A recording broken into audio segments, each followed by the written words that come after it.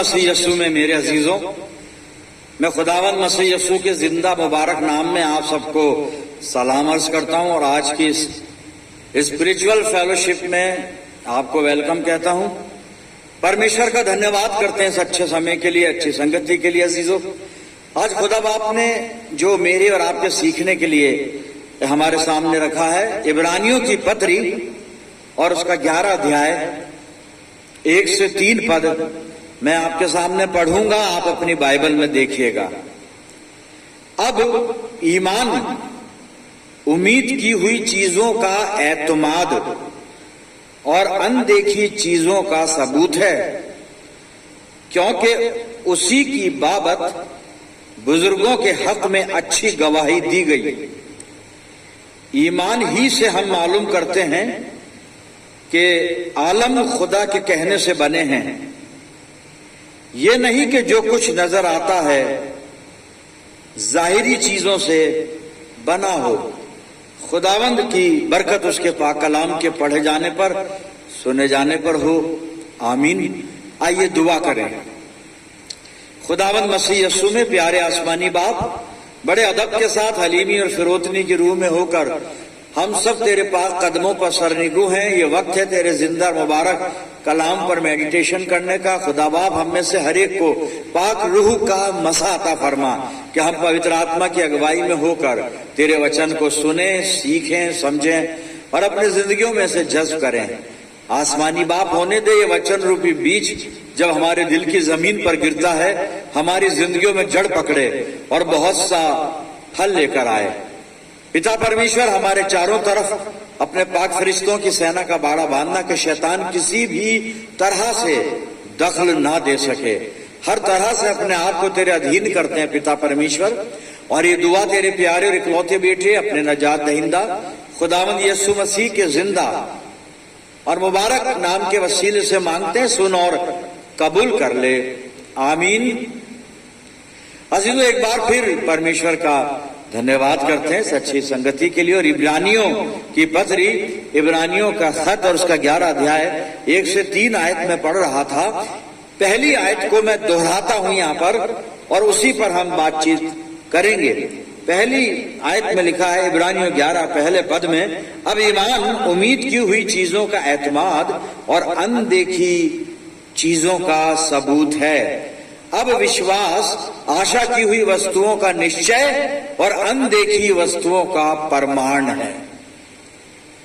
ये विश्वास की डेफिनेशन यहां पर राइटर लिख रहा है जिसने इस पत्री को लिखा है, और ईमान के बारे में वो बता रहा है कि जो चीज हमने सोची, हासिल करने के लिए हमने सोचा, उसकी उम्मीद की, आशा की, तो हमने जिस चीज की आशा की है, अगर हम उसका निश्चय कर लेते हैं कि हमें मिलेगी, यही ईमान है। पर ये आधी डेफिनेशन है। आगे वो लिखता है कि जो अनदेखी वस्तुओं का प्रमाण, जो चीजें नहीं देखी उनका सबूत। हालांकि हर चीज का सबूत दिखने के बाद होता है, सुनने से भी काम नहीं चलता है। आंखों से देखा जाता है किसी चीज को। अगर आप आंखों से मुझे देख रहे हैं तो ये प्रमाण है कि मैं हूं। अगर मैं आंखों से अपने माइक को देख रहा हूं, माउथ पीस को देख रहा हूं, प्रमाण है कि ये चीज है। अगर मेरी आंखों के सामने किताबे मुकद्दस, कलाम मुकद्दस यहां रखा हुआ है तो ये प्रमाण है कि ये है। तो यहां पर यही है कि अनदेखी वस्तुओं का प्रमाण, यानी ईमान का मतलब यह है कि हमने जिसकी उम्मीद की है, हम उसके बारे में निश्चय कर लें कि नहीं, ये हो जाएगा या ये चीज हमें मिल जाएगी। और वो चीज उसी के मुतालिक है, उसी से जुड़ती हुई बात है। वो जिस चीज की हमने आशा की है वो दिख नहीं रही है, हमें अभी नहीं है, उसका वजूद ही नहीं है, उसका एक्सिस्टेंस है ही नहीं, अस्तित्व नहीं है, लेकिन हम ये सोच लें और ये रियलाइज कर लें हम कि नहीं है वो, बस यही ईमान है मेरे अजीजों। इस ईमान की जरूरत है मसीहत में। खुदावंद मसीह यीशु से रिश्ता बनाने के लिए इतने पक्के और इतने मैच्योर विश्वास की जरूरत होती है। खुदा का फजल हासिल करने के लिए, खुदा की बरकतें हासिल करने के लिए ये विश्वास चाहिए, जिसके बारे में यहाँ पर लिखने वाला लिखता है कि आशा की हुई वस्तुओं का हमें निश्चय हो जाए कि नहीं साहब बस मिल जाएगी, और जो चीज नहीं मिली है, जिसको देखा ही नहीं, वो हमें नजर आने लगे, यानी प्रमाण कि नहीं है भाई, है वो, आज नहीं है कल है, कल नहीं है परसों है, 4 दिन बाद नहीं है, 2 महीने बाद है जरूर, वो यही प्रमाण, अनदेखी वस्तुओं का प्रमाण।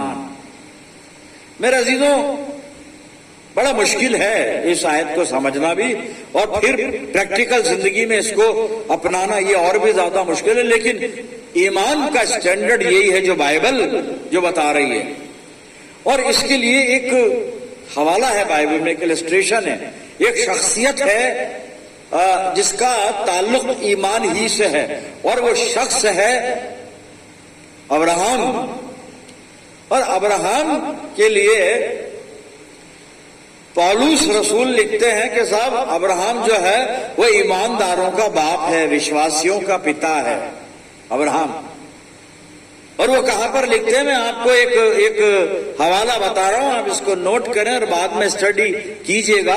गलातियों की पत्री 3 अध्याय 6 से 9 पद को जब आप पढ़ेंगे तो ये बात जो मैंने कही है वहां पर आपको ये नजर आएगी कि अब्राहम जो है विश्वासियों का मूल पिता है, न सिर्फ कौमों का बल्कि ईमानदारों का भी वो बाप है।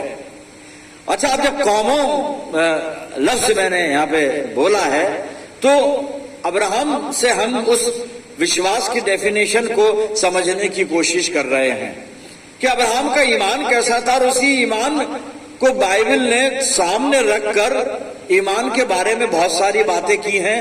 और इब्रानियों 11 और पहले पद में ईमान की इस डेफिनेशन को लिखा है कि विश्वास आशा की हुई वस्तुओं का निश्चय और अनदेखी वस्तुओं का प्रमाण है। तो इसको प्रैक्टिकल में हम कहां देख सकते हैं, वो अब्राहम की जिंदगी में देख सकते हैं। कैसे देखेंगे, आइए बाइबल में से ही अपन स्टडी करेंगे। अजीजों, जब हम उत्पत्ति यानी पैदाइश की किताब में चलते हैं, उत्पत्ति की पुस्तक 17 अध्याय और 4 आयत में खुदा अब्राहम से बात कर रहा है, और बात जो कर रहा है मैं पढ़ रहा हूं, वहां पे लिखा है, देख मेरी वाचा तेरे साथ बंधी रहेगी, देख मेरी वाचा तेरे साथ बंधी रहेगी, इसलिए तू जातियों का मूल पिता हो जाएगा। अभी अब्राहम के पास संतान नहीं है, औलाद नहीं है साहब, लेकिन खुदा उससे कह रहा है कि मेरी वाचा तेरे साथ बंधी रहेगी और तू जातियों का, कौमों का मूल पिता हो जाएगा। और आगे लिखा है, अब्राहम ने खुदा की बात पर विश्वास किया, बस यही है, अनदेखी वस्तुओं का प्रमाण और आशा की हुई वस्तुओं का निश्चय, इसी को ईमान कहते हैं। अब्राहम के तभी औलाद नहीं है, अब किसका मूल पिता, कैसा मूल पिता, कैसे वंश, कैसी पीढ़ियां, कैसी औलाद, कैसी औलादें, कुछ नहीं है, अभी तो कुछ नहीं, कहीं भी नहीं है। लेकिन अब्राहम के सामने उसकी औलाद नहीं है, पर उसने निश्चय कर लिया कि मैं जातियों का मूल पिता हो जाऊंगा मैं, क्योंकि खुदा ने कहा है। यही है साहब ईमान। हाँ, उसको आशा तो है, उम्मीद तो कर रहा है कि मेरे भी संतान हो, मेरा भी वंश हो, उम्मीद है।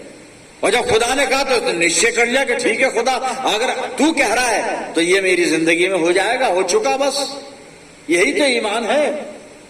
मेरे अजीजों, क्या ये ईमान मेरे पास है, क्या ये ईमान हमारे पास है, जिसकी बाबत बाइबल ने यहाँ पे हमें इतना बता दिया, हम जितना देख आए। और इलस्ट्रेशन में मैंने अब्राहम को सामने रखा है, विश्वासियों का पिता। इसने ऐसा क्या किया कि इसको ईमानदारों का बाप कहा जा रहा है, विश्वासियों का पिता कहा जा रहा है, क्या किया?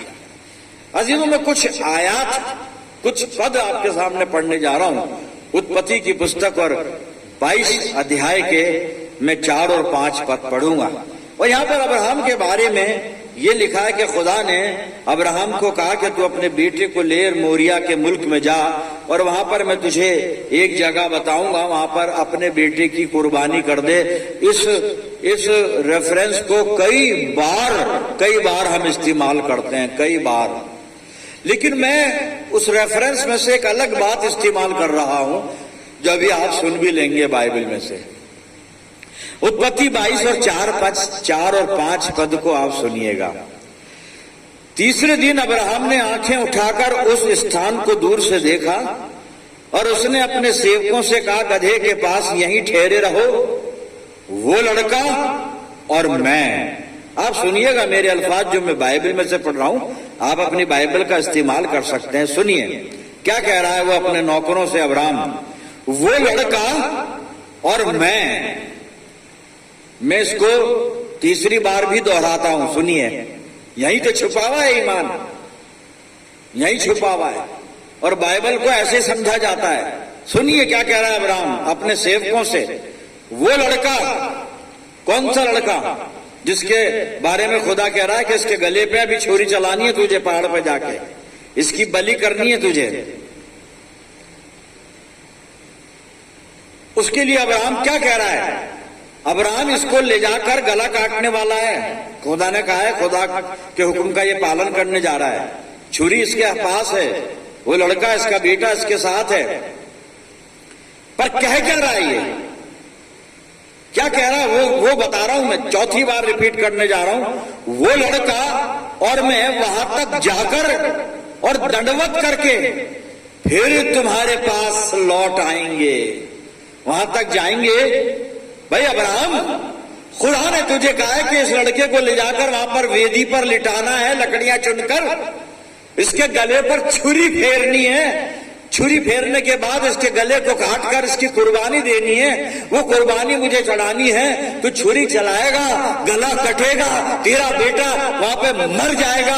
उसके बाद तू कैसे कह रहा है कि ये लड़का और मैं वहां जाएंगे, दंडवत करेंगे, दंडवत करके वापस आएंगे। दंडवत करेंगे उर्दू में सिजदा करेंगे, इंग्लिश में वर्शिप करेंगे। मेरा बेटा, ये लड़का और मैं वहां जाएंगे और इबादत करके, खुदा की सिजदा करके, दंडवत करके वापस लौट कर आएंगे।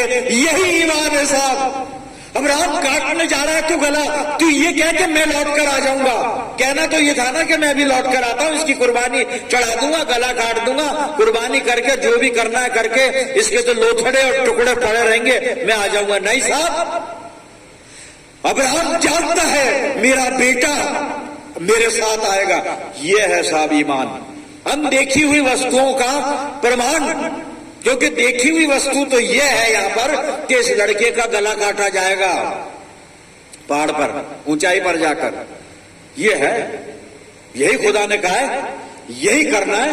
अब्राहम करेगा भी यही करने जा रहा है। और उसके बावजूद भी बड़ी नई बात, ताज्जुब खैज बात यह है, वो कहता है कि ये लड़का वापस आएगा, ये लड़का वापस आएगा, मेरे साथ आएगा, जिंदा आएगा। ये ईमान है साहब, अनदेखी वस्तुओं का प्रमाण, यही ईमान है। विश्वास आशा की हुई वस्तुओं का निश्चय है, और अनदेखी वस्तुओं का ये है ईमान, ये ईमान है। अभी बात शायद समझ में ना आई हो, अभी आ जाएगी।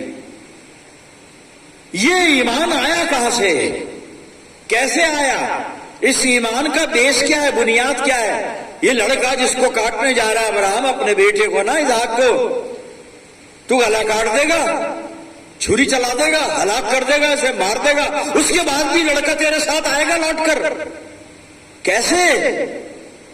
अब्राहम कह रहा आएगा, ये लड़का, वो लड़का और मैं अभी वापस आते हैं, सिजदा करेंगे अपने खुदा को। और खुदा को अगर दिल से सिजदा कर लिया, मौत नहीं आती साहब पास, बरकतें आती हैं। बस इतनी सी बात है, दिल से खुदा को सिजदा कर लें। हमारे सिजदे कई बार मतलबी सिजदे होते हैं, स्वार्थी सिजदे होते हैं, गरज के सिजदे होते हैं। ये सिजदे नहीं चलते खुदा के सामने। सिजदा ये है जब आप सिजदे में सर नहीं झुकाना है, छुरी चलती है गले पर, यह है सिजदा।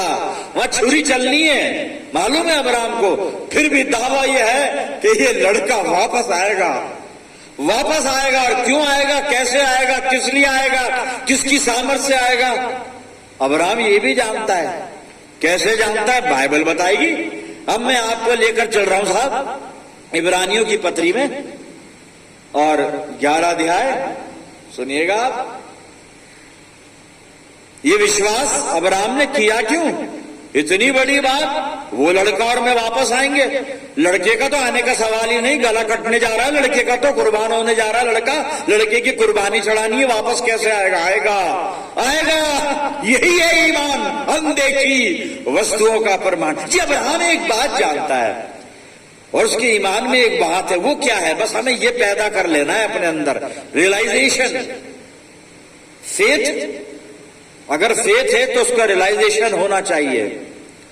अब रियलाइजेशन क्या हो रहा है अब्राहम के जीवन में, या उसके दिल में, उसके दिमाग में, उसके ख्यालों में। इब्रानियों 11 और 17 से 19 पद मैं पढ़ रहा हूं, आप सुनिए।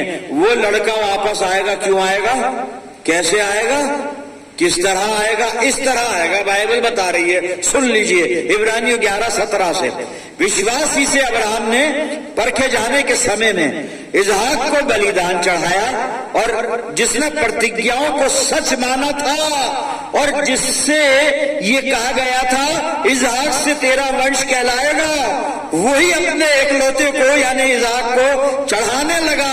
19 पद में लिखा है, क्योंकि उसने मान लिया, अनदेखी वस्तुओं का प्रमाण कर लिया, उसने मान लिया कि परमेश्वर सामर्थी है कि उसे इसहाक को मरे हुओं में से जिलाए, अतः उन्हीं में से दृष्टांत की रीति पर वो उसे फिर मिला दोबारा। उसका ईमान था साहब कि अगर मैं इसका गला काट दूंगा, छुरी चला दूंगा, खुदा उसको जिंदा करेगा।